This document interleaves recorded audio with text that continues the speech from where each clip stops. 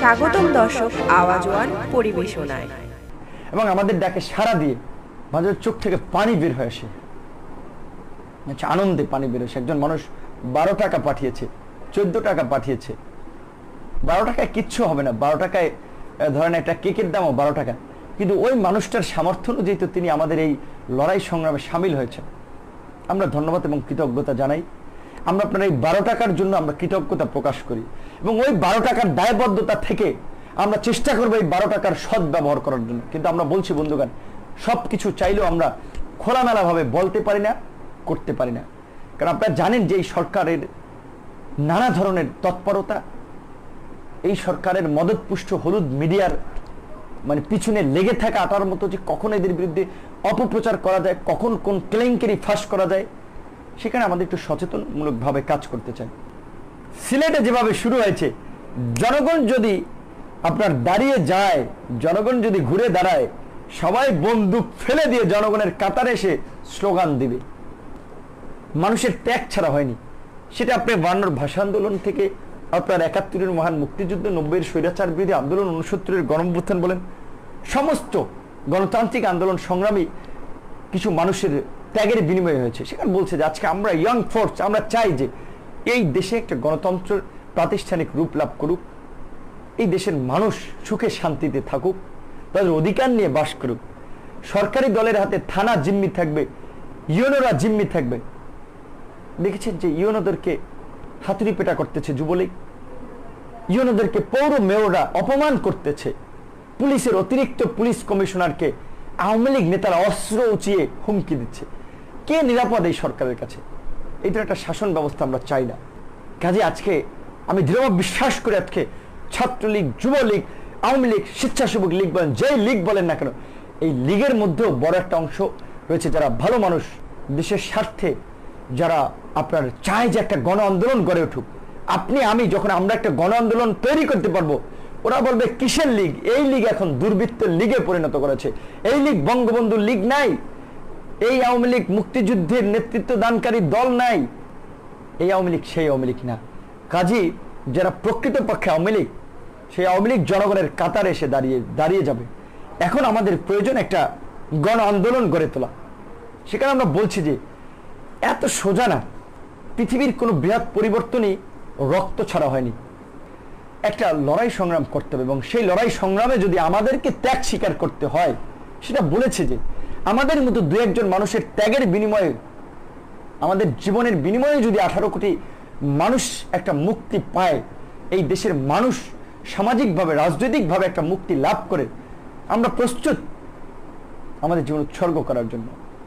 কিন্তু আবারও বলছি, যে আওয়ামী লীগ আপনার 90-এর দশকেও কিংবা 2000 সালের পরেও মানুষের ভোট ও ভাতের জন্য লড়াই করেছে, দিন বদলের কথা বলেছে, সেই আওয়ামী লীগ আর আজকের আওয়ামী লীগ নাই। এই আওয়ামী লীগ এখন গুম খুনের সরকারের আওয়ামী লীগ। তাদের কাজ ছিল আইয়ুব খান স্বৈর শাসকের বিরুদ্ধে যারা আন্দোলন সংগ্রাম করে তাদেরকে মারধর করা, শিক্ষা প্রতিষ্ঠানগুলো তার তাণ্ডব চালিয়েছিল। কিন্তু তখন এই অঞ্চলের ছাত্র নেতারা ঐক্য গঠন করেছিল, তাদের বিরুদ্ধে রুখে দাঁড়িয়েছিল। তখন এনএসএফের দুটো অংশ, একটা অংশ সাধারণ ছাত্রদের দাবি দেওয়া পাশে এসে দাঁড়িয়েছিল, তাদের সাথে সংহতি প্রকাশ করেছিল, আরেকটা অংশ ক্যাম্পাস ছেড়ে পালিয়েছিল।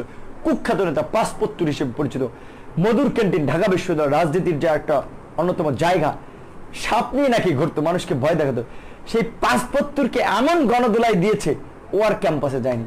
সহযোদ্ধার শুভাকাঙ্ক্ষী এই কারণেই বলছে যে জনগণ যদি আগামীকালকে সকাল রাজপথে নেমে এসে, পৃথিবীর কোন শক্তি, গ্রেনেড, অস্ত্র, বন্দুকের সামর্থ্য নাই এই স্বৈর শাসকদেরকে ক্ষমতায় রাখবে, মানসিকভাবে একটা চাপে পড়ে এবং জনগণ যেন ওদেরকে চিনে রাখে এবং সুযোগ পেলে যেন জনগণ ওদেরকে সাইজ করতে পারে। আপনারা দেখেছেন না, সিলেটে এসআই আকবর থানায় এসে নির্যাতন করেছে, একজন মানুষকে মেরে ফেলেছে। জনগণের প্রতিরোধ দেখেছেন, পুলিশকে গণপিটুনি দিচ্ছিল, কয়েকজন পুলিশ দৌড়ে জীবন রক্ষা করেছিল। আজকে কেন পুলিশকে জনগণ গণপিটুনি দিতে যাবে? কেন পুলিশ আজকে আইন শৃঙ্খলা বাহিনী হয়ে তারা জনগণের বিক্ষোভে বাধা দিবে এবং জনগণের দৌড়ানিতে তারা জান নিয়ে পালাবে? এই আওয়ামী লীগ এখন ধর্ষকদের পাহারাদার আওয়ামী লীগ, এই আওয়ামী লীগ এখন টাকা পাচারকারী, দেশের সম্পদ লুটপাটকারীদের রক্ষা কবচ। এই আওয়ামী লীগ এখন দেশে একটা নৈরাজ্যের পরিস্থিতি তৈরি করেছে। আপনারা কি ভাবতে পারেন যে আওয়ামী লীগে বোধহয় সব ক্যাসিনো লীগ, ধর্ষক লীগ বা ছাত্রলীগের মতো দুর্বৃত্ত টাকা পাচারকারী পরিণত হয়েছে? আওয়ামী লীগ অনেক ভালো মানুষ রয়েছে। দল যেহেতু একটা দুর্বৃত্তের দলে পরিণত করেছে, দুর্বৃত্তদের আখড়ায় পরিণত হয়েছে, তারা হয়তো তাদের চিন্তা চেতনার বিকাশ ঘটাতে পারছে না, কিন্তু তারাও চায় যে এই স্বৈর শাসনের একটা অবসান ঘটুক। আপনাদেরকে একটু স্মরণ করিয়ে দিতে চাই সেই আপনার যে আইয়ুব খানের শাসনামলে আইয়ুব খান একটি সন্ত্রাসী ছাত্র সংগঠন ছিল যার নাম ছিল এনএসএফ, ন্যাশনাল স্টুডেন্ট ফ্রন্ট। আমরা একটা সংঘাত সহিংসতা মুক্ত একটা সম্প্রীতির একটা গণতান্ত্রিক রাজনীতি, প্রকৃতপক্ষে একটা গণতান্ত্রিক রাজনীতি, উদার গণতান্ত্রিক রাজনীতি, সকল মত পথ ধর্ম মতের মানুষ শান্তিতে বাস করবে সেরকম একটা রাজনৈতিক ব্যবস্থা চাই, একটা সরকার ব্যবস্থা চাই।